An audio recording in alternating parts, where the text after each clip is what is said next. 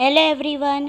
Chapter की starting में young जून कहती है, तुम उस कॉस्ट्यूम सेट को पहनती तो कितनी सुंदर दिखती। वहाँ पर सभी लोगों की नज़र सिर्फ तुम पर ही होती। तुम इसे नहीं पहन रही हो, ये बात कितनी दुर्भाग्यपूर्ण है। ठीक है, तो अब मैं चलती हूँ, हम रात को मिलेंगे, मैं वापस आऊँगी। तो जेंग कहती है शाम को मिलते हैं। फिर वो अंदर चली जाती है। घर में मुया अपनी डॉल के साथ खेल रही थी और उसने अपनी डॉल के सारे स्पेयर पार्ट्स अलग कर दिए थे। वो जेंग को देखकर रोने लग जाती है, तो जेंग उसके पास आकर डॉल की कुछ ऐसी हालत देखती है और वो भी कंफ्यूज्ड हो जाती है। उसके बाद वो डॉल को ठीक करने की कोशिश करती है। कुछ हद तक वो उसे ठीक तो कर देती है, लेकिन उसके बाल वो ठीक नहीं कर पाती है।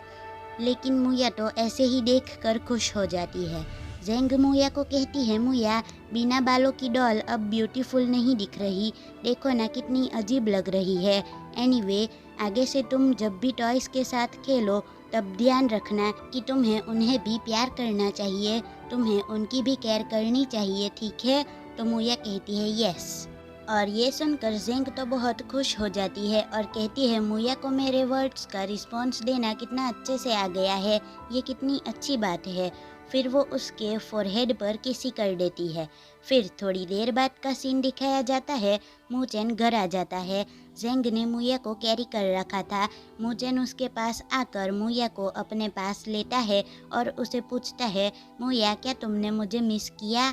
तो मुया जेंग की ओर देखती है और जेंग उसे देखकर प्यारी सी स्माइल दे रही थी और मुया मूचेन को हंसती हुई हग कर देती है और उसे देखकर मूचेन भी शॉक हो जाता है। फिर वो भी खुश हो जाता है कि फाइनली मुया मुझसे क्लोज होने लगी।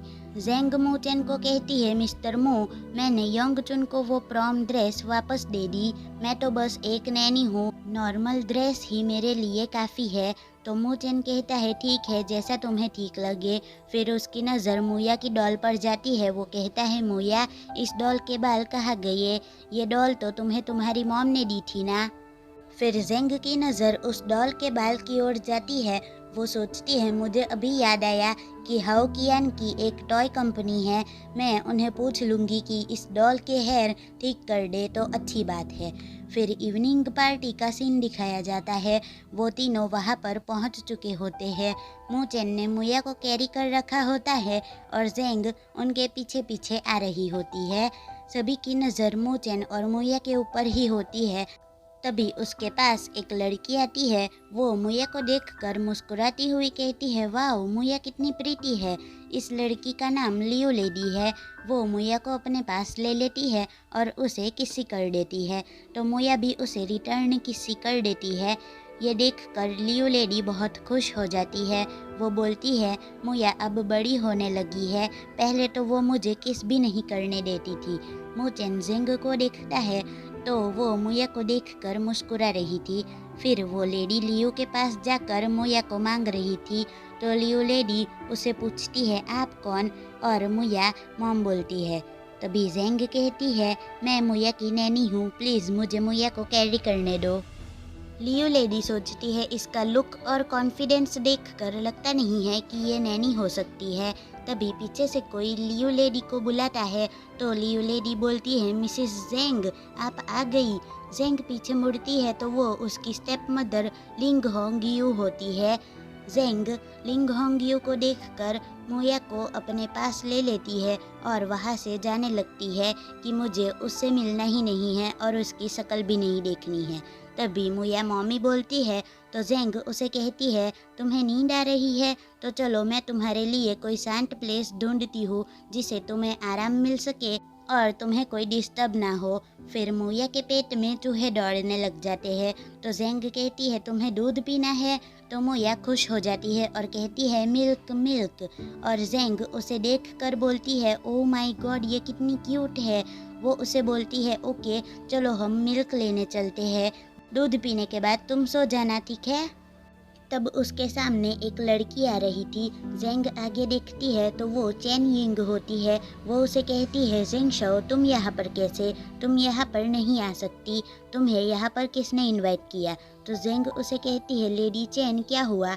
चेन यिंग उसे कहती है, ऐसा लग रहा है चेन को तुम्हारी कोई परवाह ही नहीं है। तुम पार्टी में आई हो लेकिन तुमने प्रॉम ड्रेस भी नहीं पहना है। जेंग उसे मुस्कुराती हुई कहती है, मैं बस एक नैनी हूँ। अगर मैं प्रॉम ड्रेस पहनती तो मैं मुया का अच्छे से ख्याल नहीं रख पाती।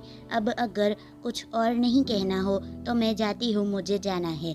तो चेन यिंग उसका हाथ आगे करके उसका रास्ता रोक लेती है और उसे कहती है, मैंने अभी तुम्हें बहुत चीज़ें नहीं बताई है, अभी तुम जा नहीं सकती।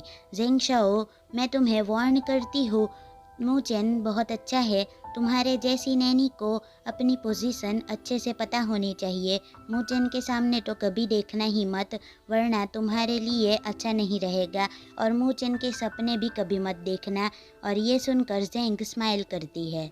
तो चेन यिंग उस पर गुस्सा करती हुई बोलती है, तुम स्माइल क्यों कर रही हो? तभी मुया अपना हाथ उठाकर उसके गाल पर एक थप्पड़ लगा देती है।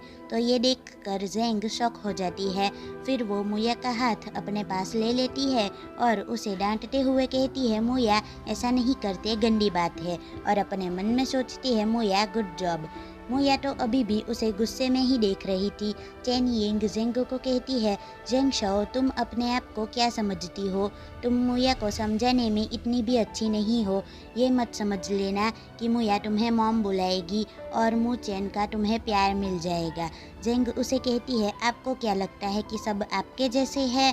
मेरी इस बात को ध्यान से समझना। एक लड़की जो सिर्फ 20 साल की है, जो किसी भी ओल्ड मैन को प्यार करती हो और उसका एक बच्चा भी हो, उसके साथ शादी करेगी? चेन यिंग उसे गुस्से में कहती है, ये तुम क्या बोल रही हो? कौन ओल्ड मैन? उस एज में भी वो एडल्ट है और केयरफुल भी। तुम उसकी वैल्यू कभी नहीं समझ पाओगी। जेंग उसे कहती है, सही कहा लेडी चेन, मेरी बातों पर गौर करना। अब मैं आपसे और बातें नहीं करने वाली। फिर वो पीछे मुड़ जाती है। चेन यिंग उसे कहती है, तुम कितनी स्ट्यूपिड हो, वो एक एलीट मैन है। फिर वो सामने दिखती है तो वहाँ पर मू चेन होता है। और इसी के साथ ये चैप्टर होता है यहीं पर ही ख़त्म। So that's it for today and thanks for watching. मिलते हैं नेक्स्ट वीडियो में। टाटा।